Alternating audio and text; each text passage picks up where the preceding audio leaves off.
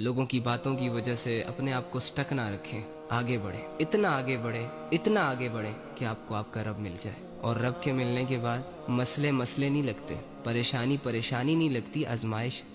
نہیں لگتی۔ پھر تمہارا ہر درد تمہیں اللہ کے قریب کرے گا، اللہ سکھائے گا تمہیں صبر، اور اس صبر میں ڈھیر ساری لذت بھی عطا کرے گا۔ غم کے سہنے میں بھی قدرت نے مزہ رکھا ہے۔ یقین کریں آپ لوگ بہت مس کرنے والے ہیں ان سچویشنز کو، جب دنیا آپ کو ہرٹ کرتی ہے اور آپ ادھر ادھر نظر دوڑاتے ہیں اور آپ کو کوئی سہارا نظر نہیں آتا،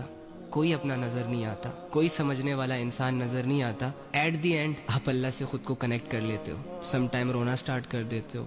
سم ٹائم اللہ سے باتیں کرنا سٹارٹ کر لیتے ہو کہ اللہ کوئی نہیں سمجھ رہا، کوئی نہیں ہے، اکیلا ہوں، وغیرہ وغیرہ۔ یہ جب تم ٹوٹا ہوا دل اپنے رب کے پاس لے کر جاتے ہو اور روتے ہوئے اپنے رب سے کہتے ہو کہ اللہ دل ٹوٹ گیا ہے، اور بدلے میں جو تمہیں اللہ احساس دلاتا ہے کہ اٹس اوکے، میں نے اس دل کو بنایا تھا نا،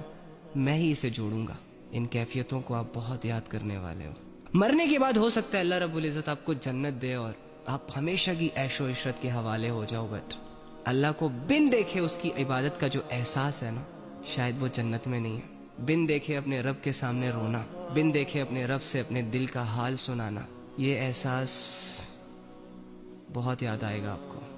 تو میں اسی لیے کہتا ہوں کہ اللہ کی عبادتوں کو نا محبت سے کیا کریں،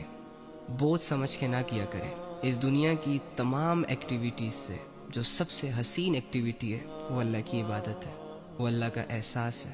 وہ اللہ کے سامنے جھکنا ہے۔ خدا کی قسم، جس رب کو ہم جھٹلا رہے ہیں، جس رب کو ہم ٹائم نہیں دے رہے، جس دن وہ سمجھ آ گیا نا، جس دن اس کی معرفت ہمارے دلوں میں اتر گئی، اس دن کے بعد سے دنیا اور دنیا کی تمام رنگینیاں آپ کو بہت پھیکی پھیکی لگیں گی۔ لوگوں نے اپنا مال، اپنی اولادوں کو یوں ہی تو نہیں قربان کر دیا اللہ کے لیے، وہ سیریس ہوئے تھے اپنی زندگی کو لے کر، انہوں نے اپنے رب کے بارے میں سوچا، اپنی آخرت کے بارے میں سوچا، اور اتنا سوچا کہ ان کے دلوں میں اللہ کی محبت کے جذبے پیدا ہو گئے۔ اور یہ جو محبت ہوتی ہے نا،